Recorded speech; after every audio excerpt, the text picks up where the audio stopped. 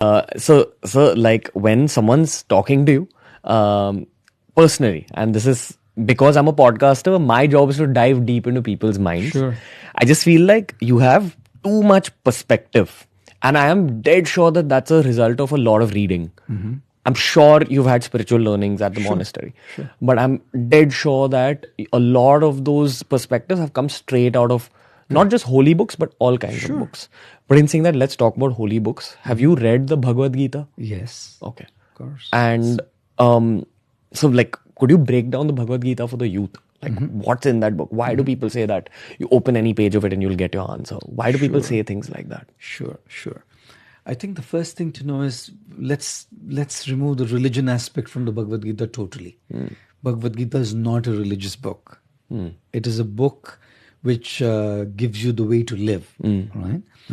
And the setting for the Bhagavad Gita is the battlefield of Kurukshetra, the Mahabharata, where Arjun's confused, right? And Krishna becomes his mentor and gives him guidance in a way that he can now start doing what is meant to do right. So every young man or lady is going to have confusions. Every young person is going to have those dilemmas, to do or not to do, to be or not to be. That's exactly how the Gita begins. It begins with confusion. It begins with dilemmas. It begins with a lack of meaning, right? And then Krishna kind of guides Arjun through and empowers Arjun to make his own choices. Krishna only acts as a facilitator, right? And empowers Arjuna to understand that he is way too more powerful than the people he's going to face in the battle. It's something like the Lion King, right? In the Lion King, you have Simba. But Simba in company with Timon and who's the other fellow? Timon and Pumbaa. Pumbaa and Timon, kind of starts identifying himself to be like one of them. And then you have this Rafiki, that's right, Rafiki, coming to remind him and calls for his father, and his father comes and tells him that you are way more powerful than Scar. Correct?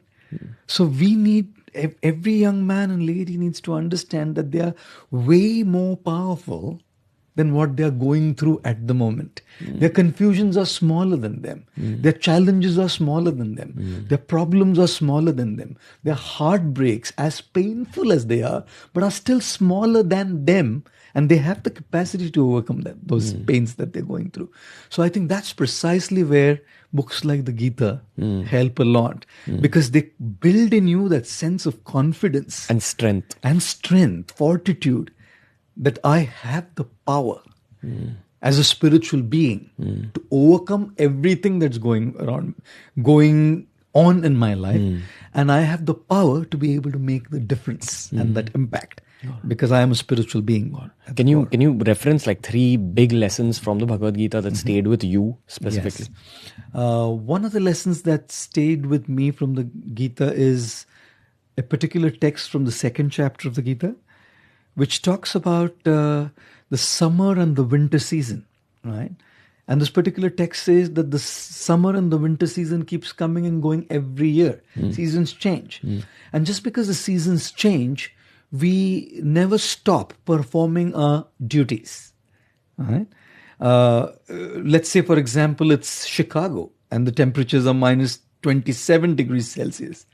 People don't stop their work still. Let's say it's Delhi, it's 43 degrees Celsius. People are still on and going on with their regular life with a few adjustments here and there, obviously. So this text of the Gita, chapter 2, tells us that we have to learn to tolerate the ups and downs and not be distracted from what our main purpose is. So that's something that stayed with me a lot. Tolerate what you're going through. And tolerance means, like when we talk about tolerating failures and pains, we can understand. But we also have to learn to tolerate our success and the good times. Because both distract us. Usually we only look at the negatives as distractions. But even the positives distract us from what we are meant to be doing. 100%. That's something that really kind of stayed with me.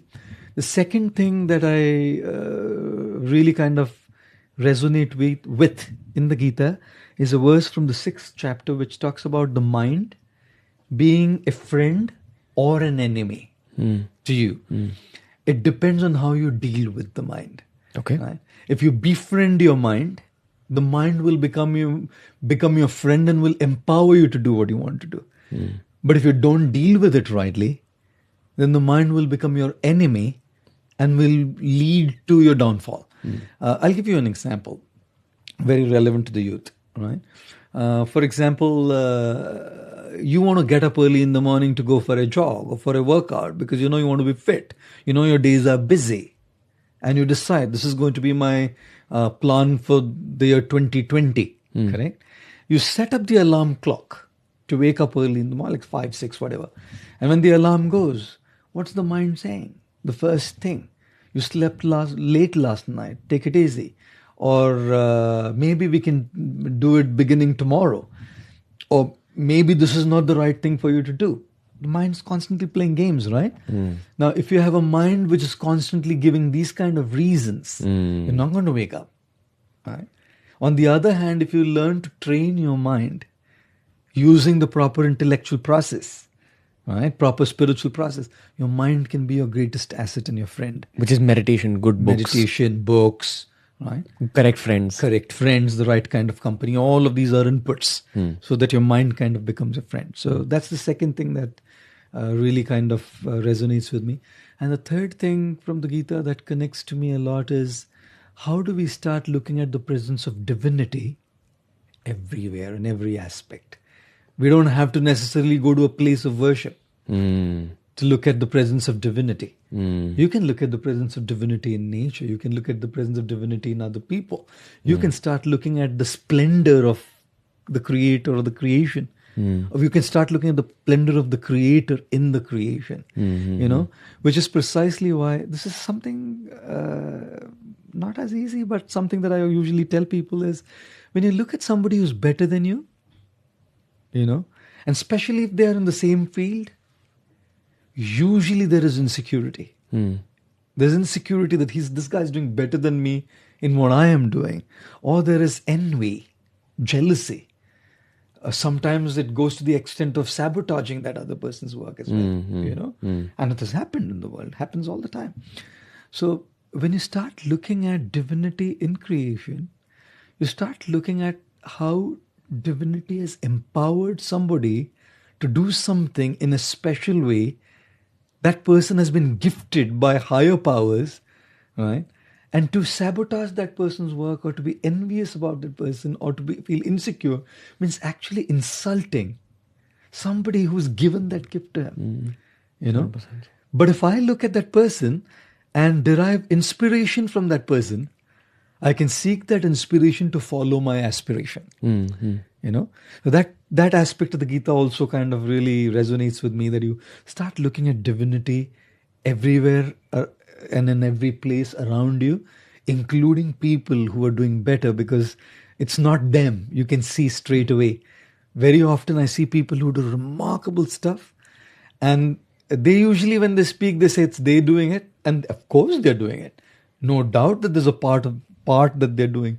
But you can tell that there's something beyond them that's kind of making them do it. Whether it's acting, speaking, singing, something. There's an element which is not necessarily effort. Not their effort. X factor.